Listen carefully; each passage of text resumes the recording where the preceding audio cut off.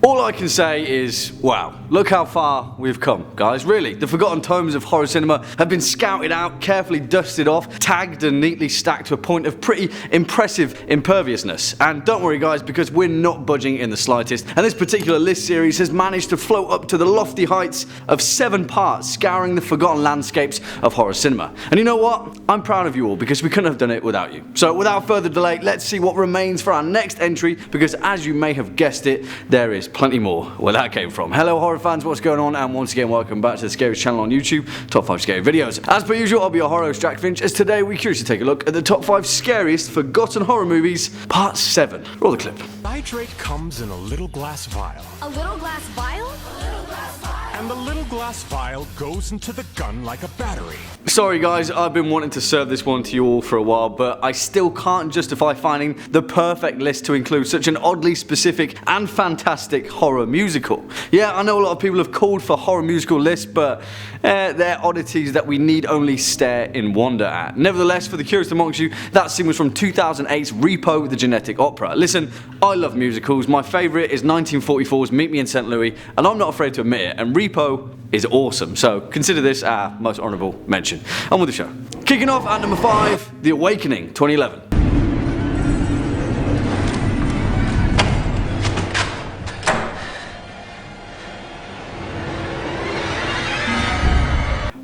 Honestly, I'd actually forgotten about this movie before doing my due diligence for this list, but my word is this film good. And whilst it certainly seems that this one flew under the radar following its initial success, it also seems that 2011 as a whole was a pretty undiscovered year for horror cinema, and you'll find out later on this list, but shh, because that would be telling. You see, The Awakening is no exception, and yet as far as slow-burning, classic gothic horrors of a British disposition go, I'm fairly confident that 2011's The Awakening has been often overlooked. Written and directed by Nick Murphy with an additional screenplay by Stephen Volk, the writer responsible for 1992's Ghost Watch, The Awakening's strength is within its utterly convincing and devastatingly bleak supernatural storyline. Set in 1921 in the bleak midwinter of post-war Britain, it tells a tale of a woman named Florence Cathcart, played by Rebecca Hall, a published author who works alongside the police in order to debunk the supernatural in an effort to expose the many charlatans who would conduct seances for profit to connect widows with their husbands lost in France. Florence herself has lost her lover, and her pursuit of perhaps one day seeing him again is what spurs her on to hunt the spirits of the dead. Well, that's before a man named Robert, played by the fantastic Dominic West, a teacher from a famed boarding school in the Cumbrian countryside, then contacts Florence after a string of ghostly sightings following the recent death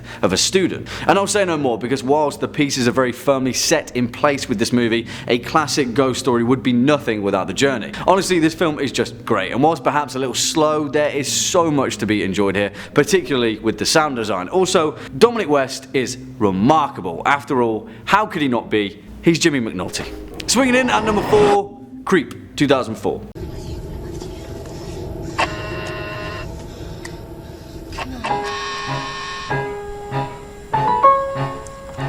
And if you've seen any of our British horror lists, then you'll know the particular reverence that I have for this movie. For those that haven't though, essentially if you were a teenager growing up in the midst of the 2000s, more often than not you'll be familiar with this movie, because 2004's Creep did the rounds like a viral video of Postman Pat on a Nokia N-Gage. Alright, enough nostalgia, because this film is messed up and also terrifying. So let's see what all the fuss is about. Written and directed by Christopher Smith, the man who would go on to create 2006's Severance, as well as 2009's Triangle, Smith's credentials will perhaps give you some sort of idea as to the stylistic choices involved in Creep. Essentially a simple premise with lots of gore, and yet a surprising amount of depth and ingenuity within the actual components of the film. Creep tells a tale of Kate, played by Frank Potente, a young German woman who, after spending an evening at a party in downtown London, hops on the tube at Charing Cross Station with the intention of meeting back up with a friend. However, that plan soon goes awry after she falls asleep on the platform, and when she wakes up, finds that the tube has been closed and locked up for the night. I mean, that's a terrifying thought in and of itself, but hey, listen, unfortunately for Kate, that is the least of her worries, because there are other horrors that lurk beneath. I mean, okay, we'll leave the exposition there, but I feel that this film in many ways got unfairly tarnished with the brush of too much gore. Yes, there are some horrifying scenes in this movie, but yes,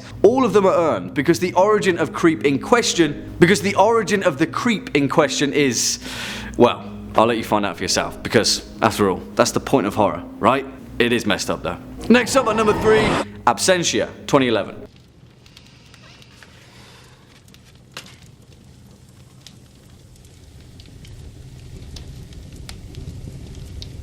Whoo!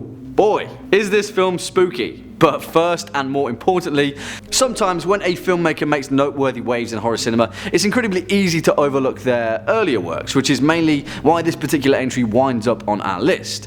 Well, the filmmaker in question is of course Mike Flanagan, and really if you're a fan of his work regardless, please watch this movie because you will gain an understanding of just exactly what Flanagan intends with horror as a genre. If you watched The Haunting of Hill House and appreciated how the paranormal could be interpreted as both supernatural means as well as the logical and the physical, then you will thoroughly enjoy Absentia, because I'm fairly confident this film laid the seed for his more complete works. Because this was Flanagan's first big break, an independent film crowdfunded and produced partially through Fallback Plan Productions, an independent production company by Justin Gordon and Morgan Peter Brown. And thankfully for us, Flanagan got given the chance to deliver his horror vision in feature length. Written and directed by Mike Flanagan, Absentia tells a tale of Trisha, played by Courtney Bell, a pregnant woman who lives alone, who for the past 7 years has been struggling to accept the disappearance of her missing husband, Daniel. As she prepares to declare him dead in absentia, her sister Callie, played by Katie Parker, comes to stay in an effort to help deal with the stress of arranging a death certificate and help her through the process.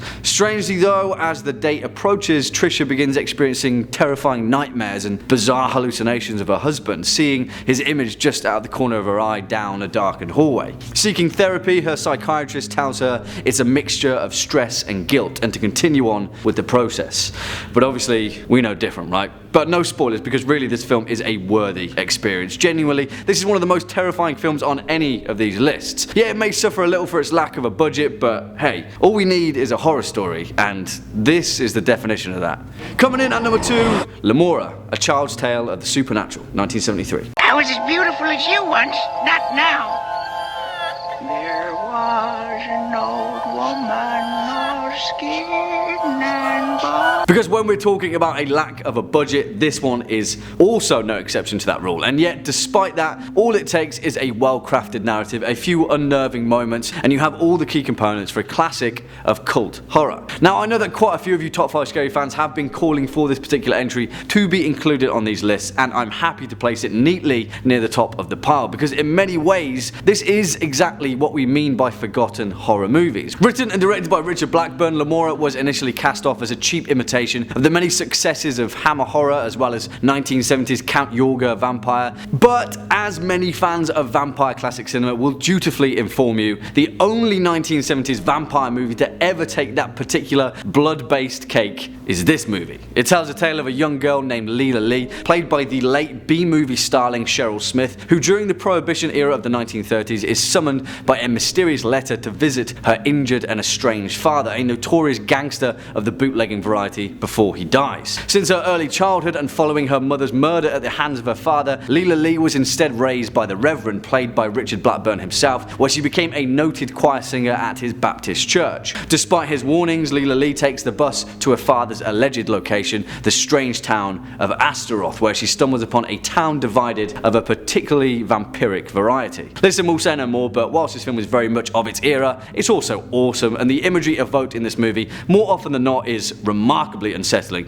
In many ways, this film highlights the ingenuity of a decade, a time where horror cinema could indeed capture the thrill of the form by sheer force of will alone. Yeah, admittedly, this film isn't for everyone, but deep beneath its kitschy surface, it is a beautifully chilling piece of work. And also, I'm pretty sure it's on YouTube, so just give it a watch. And finally, coming in at number 1 spot, The Frighters, 1996. Good food, huh? Yes. Great. Oh man, I love this movie, and 90s nostalgia aside, there is so much to be enjoyed in The Frighteners. Listen, so far in this list series, we haven't yet given the top spot to a horror comedy, and so consider this one the first of the pile. However, although this movie is very much intended to deliver more smiles than grimaces, that's not to say that there aren't some incredibly disturbing moments in this film, which is perhaps why it was sidelined at the time of its release. In that case though, hindsight is indeed our friend, because talking of friends, come on, who wouldn't want Cyrus, Stuart and the Judge by your side if you were having a bad day, right? But hey, that's spoilers, so Let's wind it back a bit. Written and directed by the legendary Peter Jackson with an additional screenplay credit for Fran Walsh, this is perhaps Jackson's most underappreciated pieces of cinema, although at the time critics did herald this movie for its critical ingenuity. Initially commissioned as a spin-off film for HBO's Tales from the Crypt, The Frighters tells the tale of an architect named Frank Bannister, played by the fantastic Michael J. Fox in his final leading role in a feature-length film before retiring. Following the death of his wife and after descending into a mire of misery, Frank abandons his profession and then quickly discovers that he has the uncanny ability to see the dead. And what does he do with that newfound power? Well, he makes friends with the ghosts in question, of course, and then uses them in a money-making scheme where they con unassuming homeowners into believing their house is haunted. There's a lot more to this movie, but hey, that's pretty much the gist. But the visual effects in this movie are something else entirely, especially given the decade. Also, just the sheer horror tone of this movie is an experience in itself, and as is the case with the best of the best in horror comedy, The Frighteners knows exactly what it is. A fan of horror. Well, there we have it, horror fans, our list for the top 5 scariest forgotten horror movies, part 7. Wow, look how far we've come. Well, what do you guys think? Do you agree, disagree, have any more to add to this list? Then let us know your thoughts down in the comment section below, as well as any choice picks of your own. Before we depart from today's video, let's first take a quick look at some of your more creative comments from over the past few days. Gareth Allen says, Jack, you rock. Enough said. How about putting pie on part 7? Cheers. Well, no Gareth, you rock, buddy. You know what? I'd love to put pie on one of our lists, but in all honesty, I have no idea where to place it. And if I thought about it enough, I'm pretty sure I'd end up just scrawling the golden ratio on the wall. And I'm not prepared for that just yet. So let's leave it to the side for now. Well, on that note, horror fans, unfortunately that's what we've got time for in today's video. Cheers for sticking around all the way until the end. If you were a fan of this video, or just top 5 scary videos in particular, then please be a dear and hit that thumbs up button, as well as that subscribe bell, and I'll be seeing you in the next one. As per usual, I've been your horror host, Jack Finch. You've been watching top 5 scary videos, and until next time, you take it easy.